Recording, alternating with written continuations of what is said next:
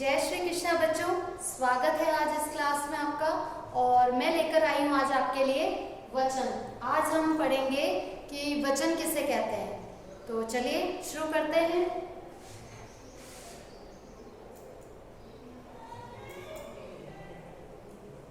इसमें मैं आपको एक चीज बता रही हूँ, एक, अनेक, बच्चा, बच्चे। इन शब्दों से आप आगे समझेंगे एक, अनेक, इससे क्या समझ में आ रहा है। एक है एक चीज, अनेक यानी बहुत सारी चीज, बच्चा यानी एक, बच्चे यानी बहुत सारे। कैसे हम देखते हैं।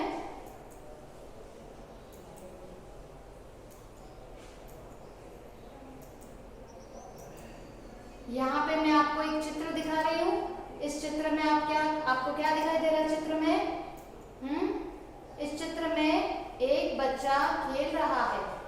क वर्ग में क्या हो रहा है? बच्चा मैदान में खेल रहा है। क वर्ग में क्या हो रहा है? बच्चा मैदान में खेल रहा है। और ये है ख वर्ग में क्या है? बच्चे मैदान में खेल रहे हैं। तो ये आपके सामने दो चित्र है। इस चित्र में आप क्या देख रहे हो? पहले चित्र में क्या हो रहा है कि ये बच्चा जो है वो फुटबॉल से खेल रहा है। दूसरे में आप क्या देख रहे हो कि बहुत सारे बच्चे मैदान के अंदर खेल रहे हैं। तो इसमें क्या है? बच्चा। ये लाल शब्द से क्या लिखा हुआ है? बच्चा। इसमें लाल शब्द से क्या लिखा हुआ है? बच्चे। तो यहाँ पे है बच्चा, यहाँ पे है बच्चे, यानी यहाँ है एक, यहाँ है अनेक, बहुत सारे। तो चित्र देख के कुछ आपको समझ में आ रहा होगा कि मैं क्या कहना चाह रही हूँ। ये यहाँ पे एक की बात हो रही है, यहाँ पे चित्र में देख के आपको अनेक लग रहा है। वह बच्चा मैदान में खेल रहा है, यहाँ है बच्चे मैदान में खेल रहे हैं। आगे बढ़ते हैं। वह पुस्तक पढ़ रहा है। क्या लिखा हुआ है? वह पुस्तक पढ़ रहा है। ख वर्ग में क्या लिखा है? वे पुस्तकें पढ़ रहे हैं। वे पुस्तकें पढ़ रहे हैं। तो इसको देख के आपको क्या समझ में आ रहा है? वह पुस्तक पढ़ रहा है, वे पुस्तकें पढ़ रहे हैं। तो वह पुस्तक पढ़ रहा है का क्या अर्थ हुआ? यानी एक व्यक्ति के बारे में बात हो रही है कि वह पुस्तक पढ़ रहा है। एक व्यक्ति पुस्तक को पढ़ रहा है। और इसमें दिया गया है वे यानी क्या हो गया? यानी बहुत सारे। वे यानी बहुत सारे पुस्तकें पढ़ रहे हैं। यहाँ पे था पुस्तक, यहाँ है पुस्तकें। तो इसका अर्थ क्या हुआ? ये एक पुस्तक की बात हो रही है और यहाँ पे पुस्तकें यानी बहुत सारी पुस्तक की बात हो रही है। वे पुस्तकें पढ़ रहे हैं। आगे बढ़ते हैं। धीरे धीरे आपको आसानी से बात मैं क्या कहना चाह रही हूँ आपको समझ में आती जाएगी। इन उदाहरणों में क वर्ग के रंगीन शब्द संख्या में एक है। जो आपने अभी देखा था पुस्तक, बच्चा, ये क्या था? एक। ख वर्ग के रंगीन शब्द एक से अधिक है। ख वर्ग में क्या था? बहुत सारे बच्चे खेल रहे थे, इसलिए लाल अक्षर में क्या लिखा था? बच्चे। और एक और दूसरा उदाहरण था पुस्तक पढ़ रहा है, उसमें क्या? वे पुस्तकें पढ़ रहे हैं, तो उसमें रंगीन शब्द में क्या था? पुस्तकें। तो क वर्ग के रंगीन शब्द संख्या में एक है और ख वर्ग के रंगीन शब्द संख्या में एक से अधिक है।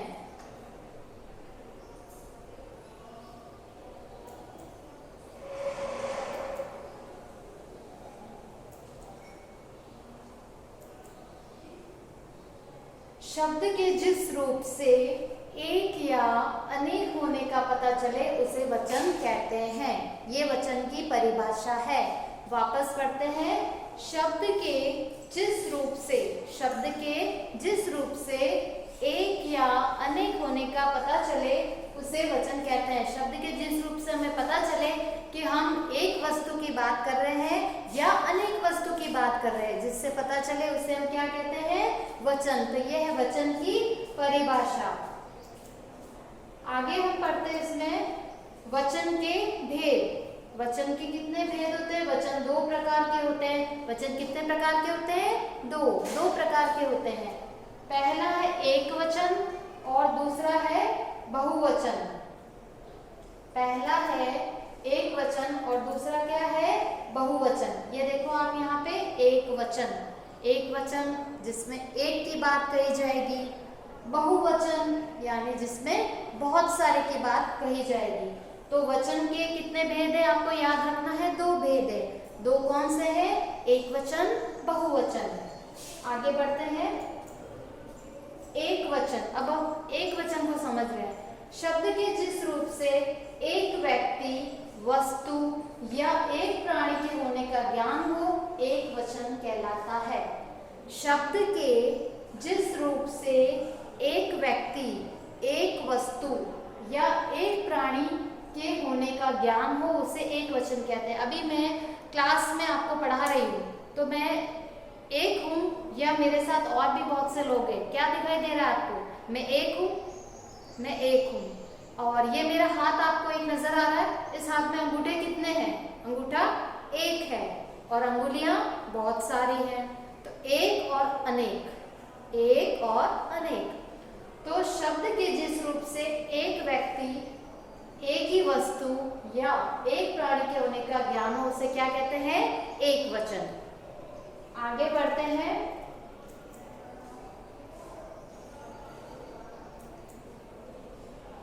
जैसे अब एक वचन का क्या उदाहरण है? खिलौना, कमरा, खिड़की। और भी होंगे, देखते हैं अपन आगे। हाँ, खिलौना, कमरा, खिड़की। खिलौना है तो एक खिलौने की बात हो रही है, कमरा एक कमरे की बात हो रही है, खिड़की यानी एक खिड़की की बात हो रही है। तो एक वस्तु या एक व्यक्ति का पता चल रहा है, उसे हम क्या कहते हैं? एक वचन। आगे हम पढ़ते हैं इसके बहुवचन। शब्द के जिस रूप से एक से अधिक व्यक्तियों, वस्तुओं या प्राणियों का ज्ञान हो, उसे बहुवचन कहलाता है। जैसे कि शब्द के जिस रूप से एक व्यक्ति का पहले पता चल रहा था तो हम एक वचन कह रहे थे। अब हम एक व्यक्ति की बात नहीं कर रहे, अब हम कर रहे हैं एक से अधिक व्यक्ति। एक से अधिक व्यक्ति की बात हो रही है, एक से अधिक वस्तु की बात होगी या एक से अधिक व्यक्ति होंगे, तो वहां उसे हम क्या कहेंगे? बहुवचन। वह बहुवचन कहलाता है। बहुवचन कैसे? इसका उदाहरण देखते हैं हम। इसके क्या उदाहरण है? खिलौने, कमरे, खिड़कियां, गुड़िया आदि। खिलौने, खिलौने का क्या अर्थ हुआ? बहुत सारे खिलौने। कमरे, कमरे यानी बहुत सारे कमरे। खिड़कियां यानी बहुत सारी खिड़कियां। गुड़िया यानी बहुत सारी गुड़िया। तो ये जहाँ पे अनेक वस्तुएं होती है, अनेक व्यक्ति होते हैं, वहां पे उसे हम क्या कहते हैं? बहुवचन। पहले हमने एक वचन में पढ़ा था खिलौना, वो एक था इसलिए खिलौना। बहुत सारे हैं तो खिलौने। कमरा, कमरा एक, कमरे अनेक। खिड़कियां, खिड़कियां एक, तो खिड़की एक वचन, खिड़कियां बहुवचन। समझ में आया बच्चों? एक वचन और बहुवचन में क्या अंतर है?